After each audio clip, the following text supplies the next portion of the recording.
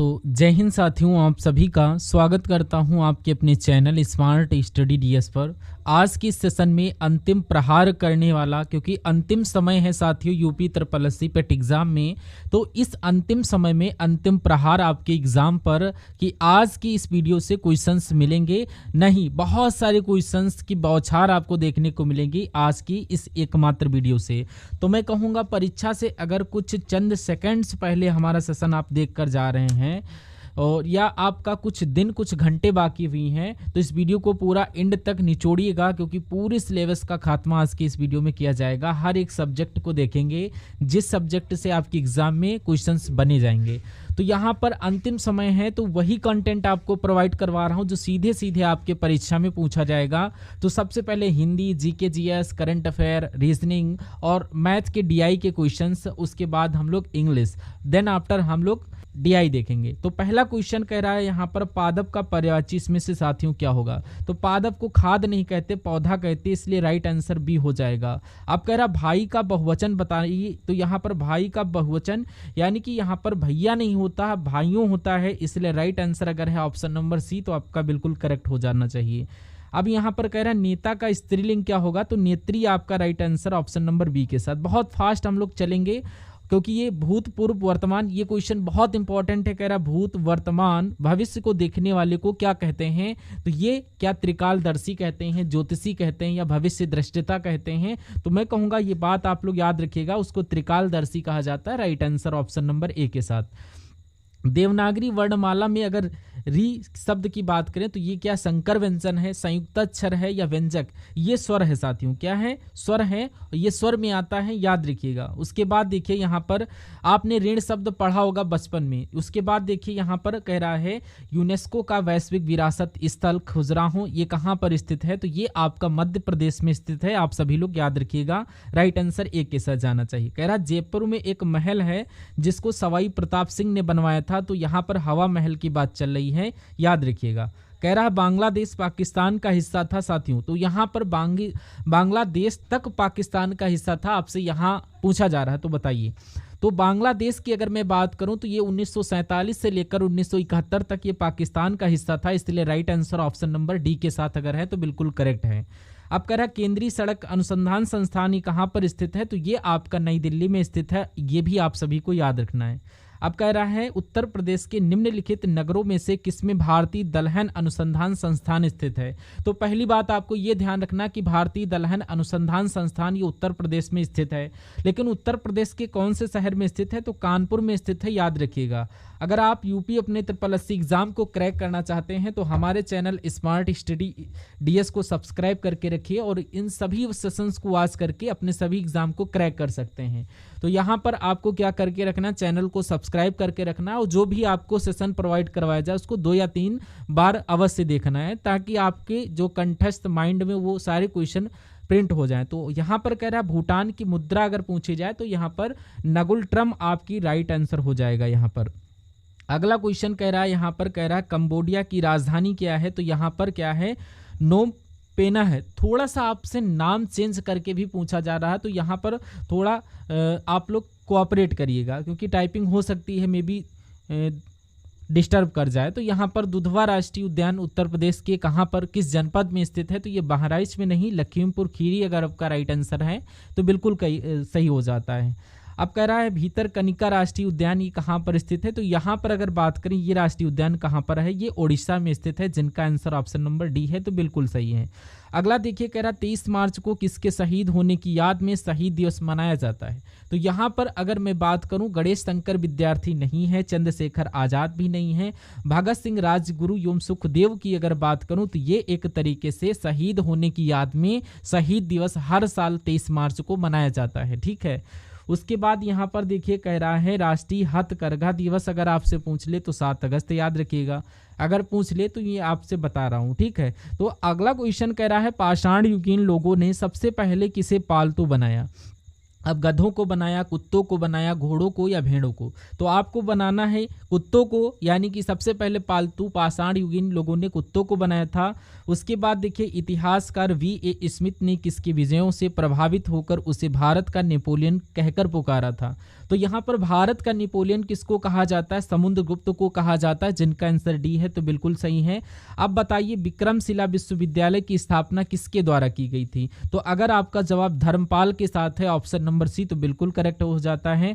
अगला देखिए, कह रहा आदि ग्रंथ किस समुदाय का धार्मिक ग्रंथ है? तो यहाँ पर सिखों का ये धार्मिक ग्रंथ है जिसका नाम है आदि ग्रंथ। उसके बाद नेक्स्ट नंबर का क्वेश्चन, मुगल सम्राट औरंगजेब ने आलमगीर शीर्षक अपनाया था, यानी कि आपसे पूछा रहा किसने अपनाया था? तो अकबर ने, जहांगीर ने, शाहजहां ने।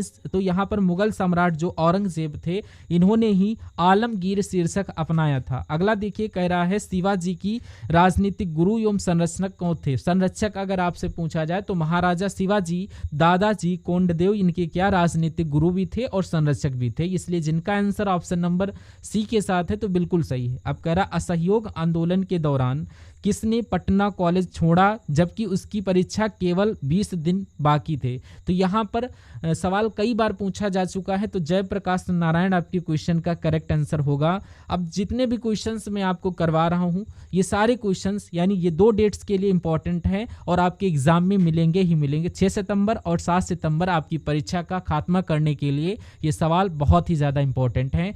तो अगर पूछा जाए काकोरी ट्रेन डकैती के एक्शन में किन क्रांतिकारियों को फांसी की सजा दी गई थी? तो राम प्रसाद बिस्मिल और अशफाक उल्ला खां को दी गई थी। Right answer option number A के साथ। कह रहा है यहाँ पर कौन सा एक गैर खाद्य फसल है? तो यहाँ पर फाइबर फसलें, कॉफी, तेल, बीज या गन्ना? तो यहाँ पर फाइबर फसलें इस क्वेश्चन का बिल्कुल करेक्ट आंसर हो जाएगा।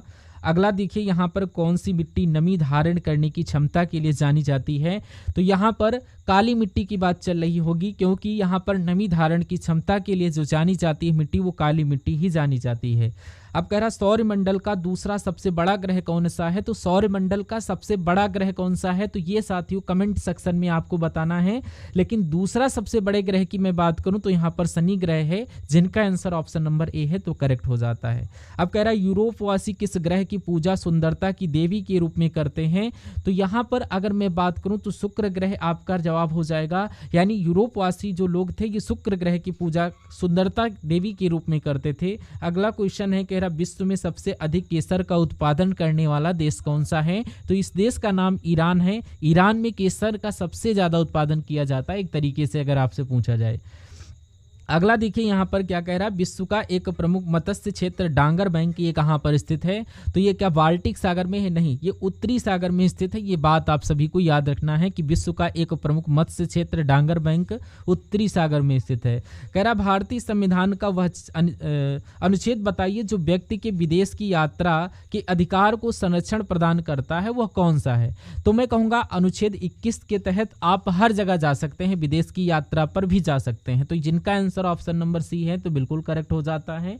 कह रहा भारतीय संविधान के 21 के दायरे में क्या नहीं आता है? तो अगर अपनी पसंद से अपनी विवाह कर सकते हो अनुच्छेद 21 के तहत, विदेश यात्रा पर भी जा सकते हो और जीवन जीने का भी अधिकार है अनुच्छेद 21 के तहत। यानी कि भारत में मृत्यु दंड का अधिकार नहीं है। जब नहीं है तो यही आपका राइट आंसर हो जा सकता है, जिनका आंसर ऑप्शन नंबर ए के साथ है, करेक्ट हो जाता है। कह रहा है राज्यपाल को विधान परिषद में कितने सदस्यों को मनोनीत करने की शक्ति प्राप्त होती है? तो यहाँ पर कुल सदस्य जो होता है ये 1/6 होना चाहिए, या कुल सदस्यों के 1/10, 1/15, 1/12, तो 1/6 भाग जो है वो आपका बिल्कुल करेक्ट आंसर हो जाएगा।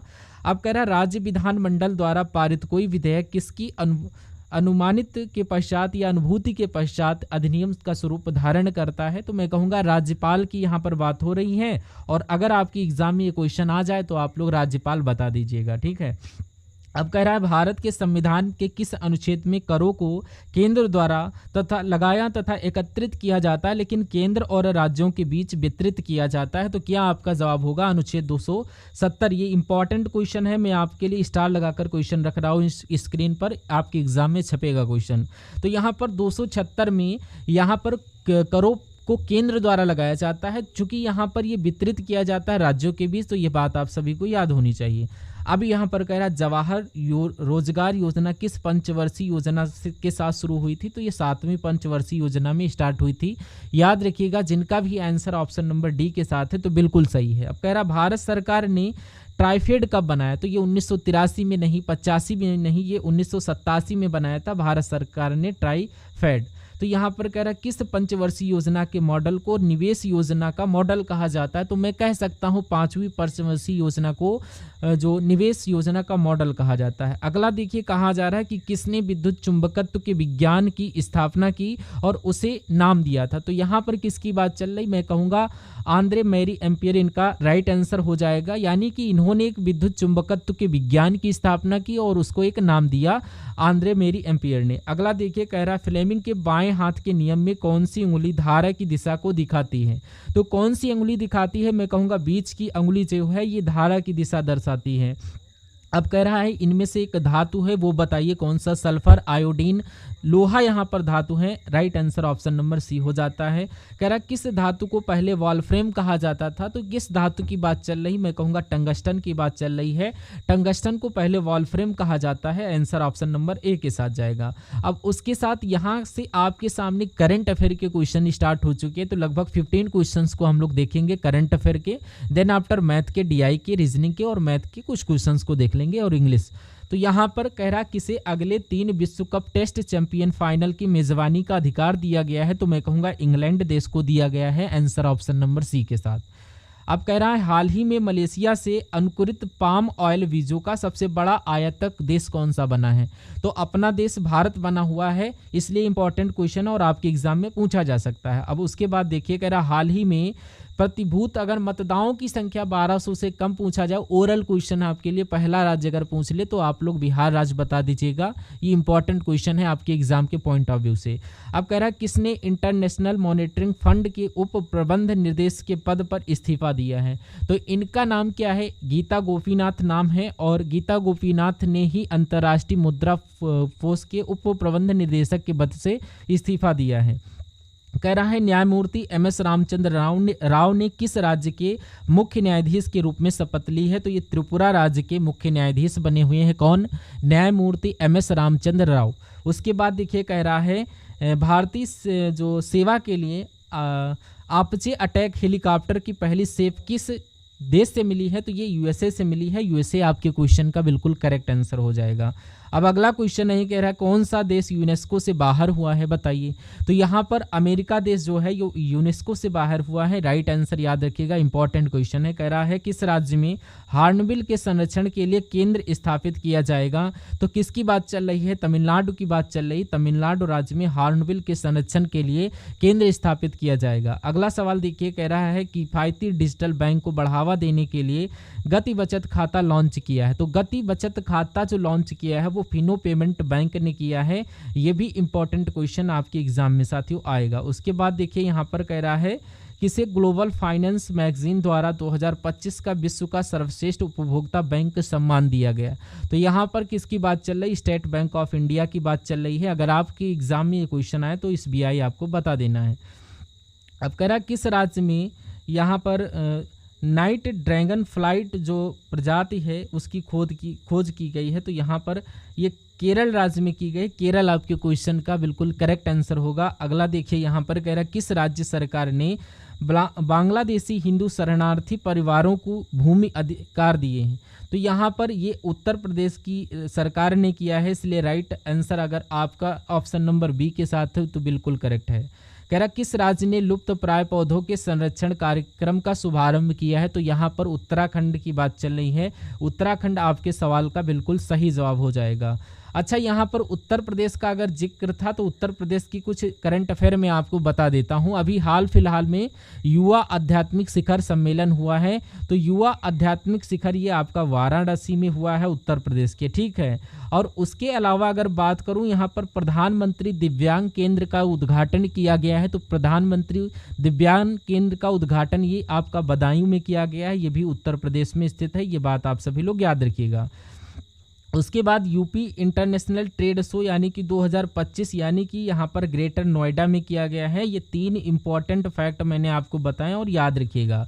उसके बाद नेक्स्ट नंबर का क्वेश्चन कह रहा है क्या अटल, ये आपका क्वेश्चन देखिए यहाँ पर, अगर आपसे पूछा जाए यहाँ पर हाल ही में किस राज्य ने लुप्त हंसा पौधों की संरक्षण कार्यक्रम स्टार्ट, ये तो हो चुका है क्वेश्चन, तो तो यहाँ पर अटल ये हो गया, देखिए यहाँ पर क्वेश्चन बैक हो गया था। तो यहाँ पर निर्देशक के रूप में किसको नियुक्त किया गया है, तो दीपक बंगला को नियुक्त किया गया है अटल इनोवेशन विश्व के नए मिशन निदेशन के रूप में। अगला देखिए कह रहा है फिट इंडिया साइकिलिंग अभियान आयोजित किया गया। तो ये आपका उत्तर प्रदेश में आयोजित किया गया, उत्तर प्रदेश के वाराणसी में ही फिट इंडिया साइकिलिंग अभियान आयोजित किया गया है। अगला देखिए क्वेश्चन यहाँ पर, अब आपके सामने साथियों करंट अफेयर के क्वेश्चन हैं, खत्म हुए सॉरी, अब रीजनिंग के क्वेश्चन स्टार्ट हुए हैं और आप सभी को पता है 5 सवाल होंगे रीजनिंग में। तो इन पांचों के 5 सवाल आपको करना है। पहला सवाल आपकी स्क्रीन पर कथन और निष्कर्ष वाला, आपसे क्या कहा जा रहा है देखिए और बताइए आपका जवाब यहाँ पर क्या होगा। ये जगह मैंने रफ कार्य के लिए छोड़ा है। अब कह रहा है कुछ खिलाड़ी फुटबॉल खेलते हैं, मान लीजिए ये आपके खिलाड़ी हो गए, यानी कुछ खिलाड़ी क्या हो गए, ये आपके खिलाड़ी हैं और ये कुछ खिलाड़ी फुटबॉल खेलते हैं, यानी कि सभी के सभी खिलाड़ी, और आपसे पूछ रहा है लोग हैं। तो अब साथियों यहाँ पर बात किया जाए तो ये लोग हैं। अगर निष्कर्ष की बात की जाए, निष्कर्ष को पढ़िए और बताइए कौन सा सही कौन सा गलत है। कह रहा कोई भी लोग फुटबॉल नहीं खेलते, तो ये गलत। इतने लोग तो फुटबॉल खेलते हैं, ये गलत हो जाएगा। कुछ लोग फुटबॉल खेलते हैं, हाँ कुछ लोग तो फुटबॉल खेलते हैं, इतने लोग खेलते हैं, तो ये दूसरा वाला सही हो जाएगा। अब कहते हैं सभी लोग फुटबॉल खेलते हैं, सभी लोग फुटबॉल नहीं खेलते, इतने लोग थोड़ी ना फुटबॉल खेलते, ये तो गलत हो जाएगा। मैं कहूँगा यहाँ पर दूसरा निष्कर्ष अनुसरण करता है, ऐसा आपका ऑप्शन नंबर डी में लिखा हुआ है, जो कि करेक्ट हो जाता है। उसके बाद अगला क्वेश्चन देखिए, कह रहा है एक नंबर सीरीज का क्वेश्चन है और आपसे कहा जा रहा है कि सबसे पहले 15 है, देन आफ्टर 16 है, उसके बाद 20 है, उसके बाद 47 है, उसके बाद 303 है। और आपसे पूछा जा रहा है अगले नंबर पर यहाँ पर कौन सा नंबर होगा, ये देख कर चेक करके यहाँ पर आपको बताना है। तो आप लोग कमेंट बॉक्स में मुझसे पहले आंसर देने की कोशिश करिए। अगर 15 से 16 की बात करें तो यहाँ पर ये 1 बढ़ा है, और 16 से 20 तो यहाँ पर 4 बढ़ा है, 20 से 47 हो गया तो यहाँ पर 27 है, और 47 से 303 तो ये कितना बढ़ गया देख लेते हैं। ये यहाँ पर 47, यानी कि यहाँ पर 13 में से 7 जाएगा, आपका 6 बच जाएगा, और ये यहाँ पर 29 में से 4 जाएगा तो 25, यानी कि यहाँ पर एक तरीके से यहाँ पर हम लोग बात करें तो यहाँ पर 256 आ जाएगा। और अब आपको बताना है कि अब यहाँ पर आपको कितना बढ़ाना है। अगर आप थोड़ा सा ध्यान देंगे तो आप ये पाओगे, देखिए ये 3 का क्यूब होता है और ये 27 3 का क्यूब होता है, 4 2 का स्कोर होता है, और 256 की बात करें तो ये 4 की घात 4 होती है। तो 1 को हम 1 की घात भी लिख सकते हैं। अब 1 की घात 1, 2 की घात 2, 3 की घात 3, 4 की घात 4, तो यहाँ पर 5 की घात 5 आना चाहिए। यानी कि 5 की घात 5 का मतलब क्या होता है, 5 को 5 बार लिखिए तो 5 गुणा 5 गुणा 5 गुणा 5 गुणा 5, यानी कि यहाँ पर 5 25 पंचे 125, 125 पंचे 625, 625 पंचे कितना होगा, तो 625 पंचे ये आपका 5 25 हो जाएगा, 5 दूना 10 2 12, यानी कि यहाँ पर 625 पंचे 3125 होंगे, यानी कि यहाँ पर 3125 आना चाहिए। तो अब प्लस कर लीजिए जिसके, यानी कि जिसमें 15 में 1 प्लस किया 16, यानी कि इसमें 16 में 4 प्लस किया 20, और 20 में यानी कि ये 3, यानी कि यहाँ पर 303 में 3125 प्लस करेंगे तो यहाँ पर कितना हो जाएगा, 5 3 8 हो जाएगा, 2 और 0 ये, यानी कि 3428 आएगा। और 3428 आपका ऑप्शन नंबर बी वाले में है। जिनका आंसर यहाँ पर ऑप्शन नंबर बी के साथ है तो मैं कहूँगा आंसर आपका बिल्कुल करेक्ट है। ठीक है, थोड़ा पेन प्रॉब्लम कर रहा है, देन आफ्टर आप लोग राइटिंग पर ध्यान मत दीजिएगा, आप लोग अपने तरफ से इसको सॉल्व करने की कोशिश करिएगा। अगर कहीं पर पॉइंट ना समझ में आए तो कमेंट बॉक्स में पूछ लीजिएगा, मैं तुरंत उसको बताऊंगा। ठीक है, अब अगला क्वेश्चन कह रहा है 5 व्यक्ति उत्तर दिशा की ओर अभिमुख होकर एक पंक्ति में बैठे हैं। तो 5 व्यक्ति हैं, ये देखिए 5 व्यक्ति मैं बना लेता हूँ, 1 2 3 4 और एक 5, 2 2 4 और एक 5। अब कह रहा है एक पंक्ति में दोनों छोरों पर ड्राइवर और इलेक्ट्रीशियन बैठे हैं, यानी अंतिम छोरों पर ड्राइवर या तो यहाँ पर बैठ सकता है या तो यहाँ। अगर ड्राइवर यहाँ है तो इलेक्ट्रीशियन यहाँ, अगर इलेक्ट्रीशियन यहाँ तो ड्राइवर यहाँ पर। खाली थोड़ा सा आप लोग ध्यान रखिए। अब प्लम्बर ठीक बढ़ई के दाईं और पड़ोस में बैठा, तो इसको आप कर सकते हो, यानी कि बढ़ई के दाएं ओर बैठा है प्लम्बर, तो बढ़ई को आप कहीं पर भी बिठा दे सकते हो। तो यहाँ पर मैं बना लेता हूँ, एक बार ये रेज हो गया है, 2 2 4 और ये 5, यानी कि यहाँ पर बढ़ई आपका बैठा है और बढ़ई के दाएं आपका प्लम्बर, यानी कि प्लम्बर यहाँ पर आ जाएगा। तो मैं थोड़ा सा ऐसे लिख देता हूँ, आप लोग ध्यान रखिएगा। अब इलेक्ट्रीशियन के बाईं ओर कौन बैठा, एक चीज़ आप लोग ध्यान रखिए, यहाँ पर कह रहा है ड्राइवर और इलेक्ट्रीशियन किनारों पर बैठेंगे, छोरों पर बैठेंगे, और यहाँ पर कहा जा रहा है इलेक्ट्रीशियन के बाईं ओर पड़ोस में, यानी कि मैकेनिक जो है इलेक्ट्रॉनिक के बाईं ओर है। तो यहाँ पर ये क्वेश्चन कह रहा है, देखिए तो यहाँ पर क्यों, क्योंकि इलेक्ट्रीशियन का बायां इधर हो जाएगा, इधर अगर बनाओगे तो इलेक्ट्रीशियन इधर को बैठेगा। मैं कहूँगा इलेक्ट्रीशियन एक काम करिए, यहाँ पर एक काम ये करिए आप सभी लोग, देखिए अब यही इसको थोड़ी देर के लिए इरेज करिए। अभी हम लोग क्या करते हैं, इलेक्ट्रीशियन को हम यहाँ पर बैठाएंगे और यहाँ पर क्या है, प्लम्बर को बैठाएंगे। ई से इलेक्ट्रीशियन और इलेक्ट्रीशियन के बाईं ओर मैकेनिक बैठ जाएगा, तो एम फॉर मैकेनिक हो गया, ठीक है। अब बढ़ई ठीक ड्राइवर और प्लम्बर के बीच बैठा है, तो कोई दिक्कत नहीं। अब इसको जरा कर लेते हैं, यानी इलेक्ट्रीशियन अगर है तो ड्राइवर आपका डी फॉर ड्राइवर हो गया, ड्राइवर की अगर बात करें तो इधर हो गया।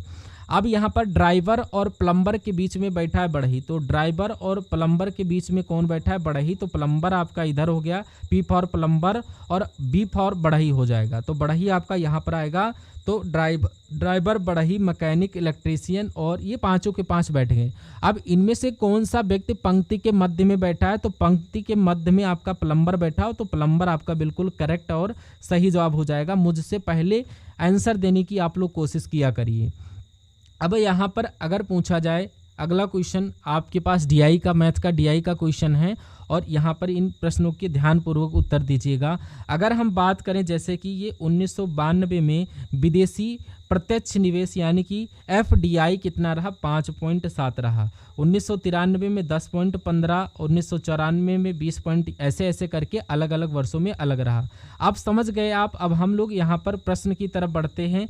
कहा जा रहा है आपसे कि 1992 और 1993, यानी कि 1992 आपका ये हुआ और 1993 आपका यहाँ पर हुआ। अब इसमें विदेशी प्रत्यक्ष निवेश कुल कितना है, तो इसमें 5.7 है, 5.7 है, इसमें 10.15 है, तो 10.15 और यहाँ पर 5.7 को प्लस करिए तो 5 और ये 8, यानी कि 8, 5 और 15। अगर दोनों वर्षों के प्रत्यक्ष निवेश 15.85 निकलता है और 15.85 कहाँ पर निकलता है, ऑप्शन नंबर बी में लिखा हुआ है। उसके बाद अगले नंबर का सवाल, इसमें आपसे क्या पूछा जा रहा है, कह रहा है दर्शाई गई अवधि में भारत में किस वर्ष दूसरे सर्वाधिक विदेशी प्रत्यक्ष निवेश रहा है। तो यहाँ पर पूछा जा रहा है कि सबसे ज़्यादा प्रत्यक्ष विदेशी निवेश किस वर्ष रहा है, तो यहाँ पर 1997 में सबसे ज़्यादा रहा। देखिए ये बार ग्राफ को यहाँ पर देखिए, सबसे ज़्यादा रहा 31.36 कहीं पर है, इससे ज़्यादा तो कोई है नहीं, लेकिन यहाँ पर पूछा ये जा रहा है कि दूसरा सबसे ज़्यादा,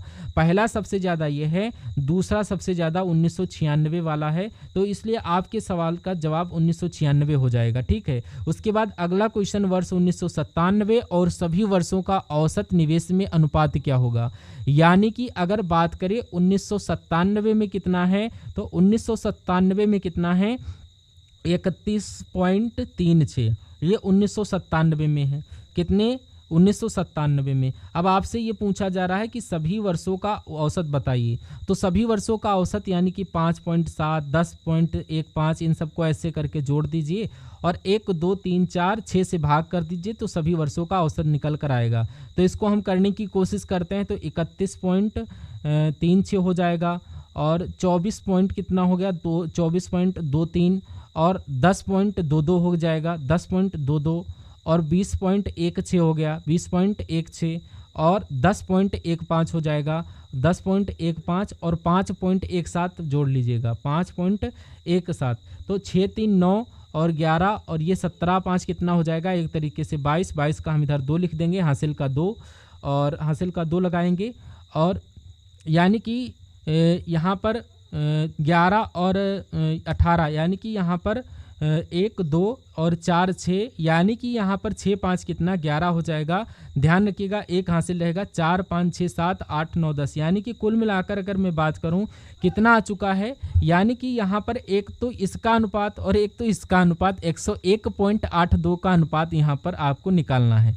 समझ गए साथियों, इतनी बात आपको अगर समझ में आई है तो बहुत अच्छी बात है। ये क्वेश्चन आपको समझ में नहीं आया होगा हमारी समझ से, तो अब आपको क्या करना है, एक तरीके से इसको कैलकुलेट करके, यहाँ पर आप लोग कैलकुलेटर का इस्तेमाल मत करिएगा, अपने रफ कॉपी में अपने पेन से इस्तेमाल करिएगा, ताकि जो है कोई प्रॉब्लम आपको समझ में आए। औसत अभी आपको लिखना नहीं है, औसत हमें 1 2 3 4 यानी कि 101.8 आया था हमारा, 101.82, इसकी हमें भाग करानी होगी 6 से। चलिए अब उसके बाद यानी कि 6 कम 6 हो जाता है, 6 कम 6 4 बचेगा, 6 छांक 36 हो जाएगा, पॉइंट लगेगा, 5 जाएगा 58 हो जाएगा, और 6 छंग 36, 6 सत्ते 42 और 6 8 48, 6 9 54 हो जाएगा, 4 बच जाएगा, 6 सत्ते 42, 16.97, और ये इधर 31.36, तो 31.36, तो लगभग यानी कि 16 दूना 32, यानी कि 2 गुना हो रहा है। अगर इसका अनुपात 2 है तो इसका अनुपात 1 होगा, यानी कि लगभग अनुपात 2:1 का जाएगा, इसलिए ये आपका right answer option number A के साथ जाएगा। उसके बाद अगला सवाल है, कह रहा 1996 और 1997 के बीच भारत में किए गए विदेशी प्रत्यक्ष निवेश में संपूर्ण अंतर कितना है। तो इसमें कुछ नहीं, यहाँ पर अंतर आपसे पूछा जा रहा है। 1996 का कितना है देखिए जरा, 1996 और 97, यानी 31.36 में से 24 पॉइंट कितना घटाना, 24.23, 24.2 पॉइंट को घटाइए जरा, यानी ये इधर आ गया 24, और ये आपका 2 3 11 में से 24, यानी कि 7.13 आपका कहाँ पर लिखा हुआ, देखिए 7.13 ऑप्शन नंबर बी में लिखा हुआ है, जिनका आंसर ऑप्शन नंबर बी है, बिल्कुल सही। उसके बाद एक और सवाल और आपके बचे हुए हैं, उसके बाद रीजनिंग, देन आफ्टर क्लोज करते हैं सेशन को। चलिए कह रहा 1992 और 93 और 1996-97 से वही क्वेश्चन है, सेम इट इज। तो ये क्वेश्चन आपको स्वयं करना है और इसका राइट आंसर आपको कमेंट बॉक्स में बताइए।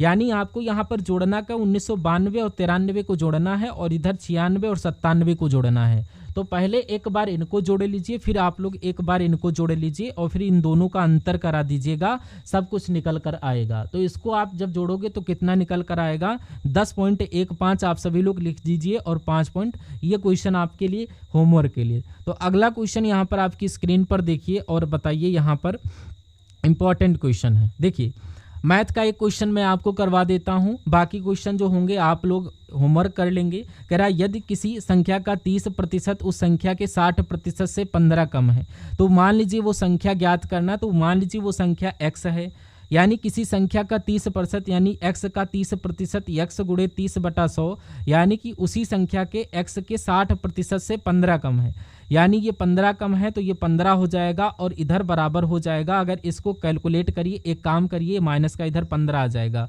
ये यहाँ पर आ जाएगा 60x/100 आ जाएगा, बराबर के उधर है 30/ यहाँ पर 100। पेन यूज़ काम नहीं कर रहा है, तो यहाँ पर इरेज करके नेक्स्ट लिखते हैं। यानी कि बराबर के उधर 15 आया था, और ये 60x आया था, और ये 10, यानी कि ये 30x, और बराबर में बटे में 100, यानी इसमें यहाँ से इसको 0 से 0 कट कर दीजिए, 0 से 0 कट कर दीजिए। इसकी अगर क्रॉस मल्टीप्लाई करोगे, 10 की गुणा 15 से होगी, तो 150 बराबर कितना हो जाएगा, x बराबर आपका 150/3 हो जाएगा। x बराबर आपका कितना, 150/3, 3 से कट करोगे तो वो संख्या आपकी 50 निकल कर आएगी। तो वो संख्या 50 है, तो 50 आपके सवाल का बिल्कुल सही जवाब होगा। समझ में नहीं आया हो तो कमेंट बॉक्स में पूछिएगा। अगले नंबर का क्वेश्चन आपकी स्क्रीन पर, एक छात्र 5 किलोमीटर प्रति घंटा की चाल से चलता है। जब वह अपनी चाल को बढ़ाकर 6 किलोमीटर प्रति घंटा की कर देता है, तो वह स्कूल में 20 मिनट पहले पहुंच जाता है। तो छात्र द्वारा मैं समझा देता हूं, क्वेश्चन करना आपको अपने आप से है। देखिए अगर यहाँ पर हम बात करें चाल की, तो यहाँ पर चाल अगर 5 किलोमीटर प्रति घंटा की चाल से वो चल रहा था, तो अपनी चाल बढ़ाकर वो 6 किलोमीटर प्रति घंटा करता है। तो चाल का उल्टा क्या होता है, चाल का उल्टा होता है समय। यानी कि अगर चाल का अनुपात 5:6 है, तो समय का अनुपात 6:5 हो जाएगा। यानी अगर चाल बढ़ाकर 5 से 6 की गई है, तो अगर पहले 6 समय लग रहा होगा तो अब 5 लगेगा। अब अच्छा यहाँ पर कह रहा है, तो आपको इसको ऐसे भी कर सकते हो, 6x और 5x। तो वह स्कूल में 20 मिनट पहले पहुंच जाता है। समरी आपको समझ में आ गई होगी, तो क्वेश्चन अपने आप सॉल्व हो जाएगा। तो यानी कि जब वो चाल अपनी बढ़ा देता है, तो वो 20 मिनट पहले पहुंच जाता है, यानी कि 20 मिनट इसका x बराबर 20 आएगा तो 6x में से 5x जाएगा, x बचेगा, x बराबर कितने मिनट हो जाएगा, 20 मिनट हो जाएगा। तो यहाँ पर दूरी आपसे पूछी जा रही है, तो दूरी बराबर आप लोग सूत्र निकालिए और डिजिट निकालिए, आपका क्वेश्चन सॉल्व हो जाएगा। दूरी बराबर चाल गुणा समय, कोई दिक्कत नहीं आनी चाहिए, ठीक है। तो चाल यहाँ पर आपकी 6x और 5, इसको जब कट पिट करोगे तो यहाँ पर 10 आ जाएगी दूरी आपकी, तो 10 किलोमीटर की आपकी दूरी आएगी। 10 किलोमीटर ऑप्शन नंबर डी में दिया गया है। अगला क्वेश्चन है, राम ने किसी कार्य को 60 दिनों में पूरा किया। इंपॉर्टेंट क्वेश्चन है, होमवर्क के लिए आप लोग करिएगा। अब मैं इंग्लिश के क्वेश्चन 5 करवा देता हूं और सेशन को एंड करता हूं। तो यहाँ पर आप सभी को ये क्वेश्चन भी होमवर्क करना, कुछ नहीं, लासा मासा निकाल करके डिजिट वर्क को समान करना है और इसको जब सॉल्व करोगे तो इसका राइट आंसर अगर बताऊँ तो कितना आएगा, तो यहाँ पर 24 और 12/7 ये आपके क्वेश्चन का बिल्कुल सही जवाब हो जाएगा। ये भी क्वेश्चन आपको होमवर्क में करना है। अब हम लोग बात करते हैं इंग्लिश की। इंग्लिश की जब मैं बात करूंगा तो यहाँ पर आपकी स्क्रीन पर क्वेश्चन देखिए, ओनली आपके 4 क्वेश्चन इंग्लिश के मैं करवाऊंगा। देखिए इंपॉर्टेंट क्वेश्चन है, कह रहा है select the appropriate antonyms of given word, यानी कि यहाँ पर मेंटेन का आपको क्या बताना है, एंटोनिम बताना है। तो यहाँ पर आप लोग ध्यान से देखिए, मेंटेन की अगर बात करें तो इसको कहते हैं, इसको मेंटेन रखो, इसको अच्छे तरीके से बनाए रखो। तो बनाए रखो यानी इसको बनाए रखो को बोला जाता है मेंटेन रखो। तो कुल मिलाकर इसका एंटोनिम यानी कि प्रिजर्व की बात करें तो प्रिजर्व का मतलब होता है किसी को संरक्षित रखना, सेफ रखना। उसके अलावा एबेलडॉन की बात करें तो एबेलडॉन का मतलब क्या होता है, त्याग देना। एबेलडॉन का मतलब होता है यहाँ पर त्याग देना। और उसके अलावा प्रोटेक्ट मतलब रक्षा करना, और सस्टेन की अगर बात करें तो जीवित रहना। तो यहाँ पर यानी कि मेंटेन का एंटोनिम्स क्या हो जाएगा, एमोंडॉन हो जाएगा। उसके बाद यहाँ पर देखिए कह रहा select the option that can be used as one word substitution for the given group of word that through which light can not pass. ये आपसे पूछा जा रहा है, यानी कि लाइट आर पार ना जा सके उसको क्या कहा जाता है, उसको अपारदर्शी कहा जाता है। क्या उसको अपारदर्शी कहा जाता है। तो आपसे अपारदर्शी की इंग्लिश पूछी जा रही, तो अपारदर्शी को इंग्लिश में क्या कहा जाता है, ओपेक्यू कहा जाता है। ये बात आपको मालूम होना चाहिए, क्योंकि अच्छा अगर ग्लोमी की बात करूं तो ग्लोमी का मतलब होता है उदास।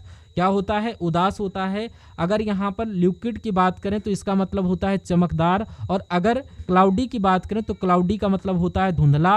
और ओब्लिक्यू का मतलब होता है अपारदर्शी। अगला क्वेश्चन आपकी स्क्रीन पर है, कह रहा अब आपको यहाँ पर select the most appropriate meaning of the given idiom. Chicken hearted का मतलब क्या होता है ये आपको बताना। चिकन हार्टेड का मतलब पता है क्या होता है, इसका मतलब होता है कायर। क्या होता है, कायर मतलब होता है। और ये इसका मतलब होता है डरपोक। कायर, डरपोक और विजिबली और प्लीज नहीं, यानी कि यहाँ पर स्लाइटली रिस्की या रेडली अवेलेबल, यानी कि ईजिली स्कार्ड की यहाँ पर होती है। इसका मतलब होता है कायर यानी डरपोक। आंसर आपका डी के साथ। अगला क्वेश्चन और आपकी इस सेशन का लास्ट क्वेश्चन होने वाला है, कह रहा है select the most appropriate option to fill in the blank. Many student are dashed by life of great leaders. यानी यहाँ पर इंस्पायर्ड आना चाहिए, यानी बहुत सारे लोग इंस्पायर हो जाते हैं ग्रेट लीडर की लाइफ से। उसके बाद आपको यहाँ पर रिमेंबर का आपको एंटोनिम बताना है। रिमेंबर का मतलब क्या होता है, किसी चीज़ को रिमेंबर रखना, यानी कि किसी भी चीज़ को याद रखना। क्या करना, किसी भी चीज़ को याद रखना।